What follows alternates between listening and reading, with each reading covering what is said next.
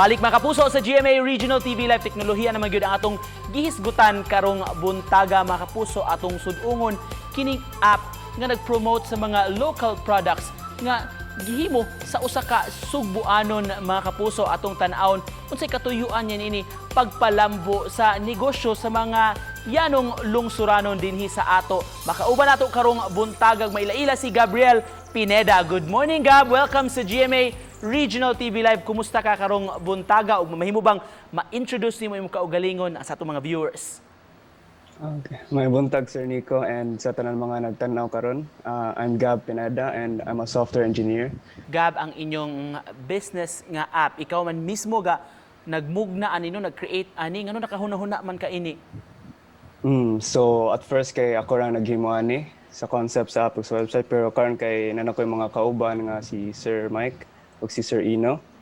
Nya mo na sugod katong pandemic kay daghan na wagtangan og trabaho. Nya daghan pod mga nahimong online nga entrepreneur like to make ends meet. So mo na among mission is to help the local sellers, help them sell online. You were saying, Gab, nga mga local sellers gyud ang inyong target ni ini nga matabangan. Ngano man nga naka-decide mo ani? Kay if mo suporta ka og local good kay nindot kay siya sa community, makatabang jud ka sa mga kanang mga nangailangan, and then you also get to promote very nice products na locally made. If you say local products, Cebu-based ni sila tanan, Gab? Cebu-based tanan. Ang mga kanang t-shirt, mga sandal. Unsay nakalahi o nakapareha ni nga app ninyo sa uban nga mga apps kaning mga common nga mga shopping apps, unsa may diferensya, Gab? Ang main jud nga difference kay only small og mga local mga businesses, so di mo dawat og mga big brands. So mo na ang among catalog inana ra niya ang free pa jud ang among registration para makatabang jud sa mga kuan, para cut sa cost nila kay di man sad kayo dako ilahang mga kitaan. So mo na. Pero pupareha mo og sistema, Gab, i-ship out ninyo ang products or i-deliver pod?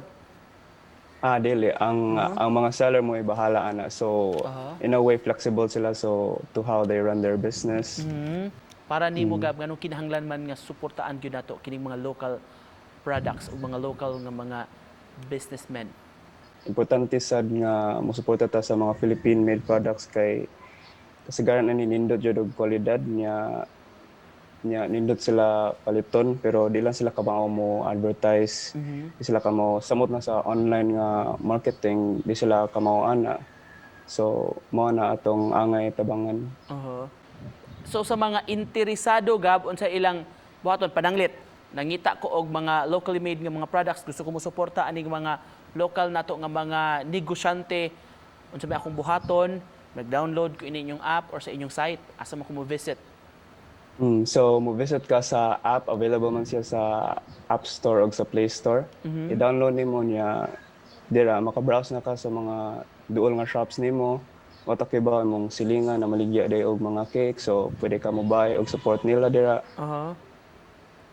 How long did it take for you to develop the app, day, Gab? Ug unsay mga challenges nga imong agian adto? Yeah, so at first kay ako ra naghimo sa app for like mga 3 months kay maraglingaw-lingaw lang siya, pero kakita mo ko sa potential nga makatabang siya sa others. So mo na giseryoso na mo, nangita ko og tabang sa akong friend. So mo na duha namin nag-code og nag-develop sa app. Hinahinay naman siya og kadako ang audience, may na lang, pero dako pa siya reach na pwede. Betaw, ang potential. Of course, pagtabang man gyud ni sa atong mga kaigsuonan nga nagnegosyo labi na gyud rong panahon sa pandemya. To cap this off, Gab, kung doon na kay mahatag nga mensahe sa atong mga viewers ron buntaga. We hope you support Add to Cart, and we hope that you support local businesses around you. Nga tinabangita ninyo tanan. Tinuod yun, Gab. It's nice talking to you. Nindot ang mga ideya sa mga batanon, mga kapuso. Nakauban nato karong buntaga si Gabriel Pineda. Salamat, Gab! Thank you. Thank you, Sir Nico and GMA. Thank you so much!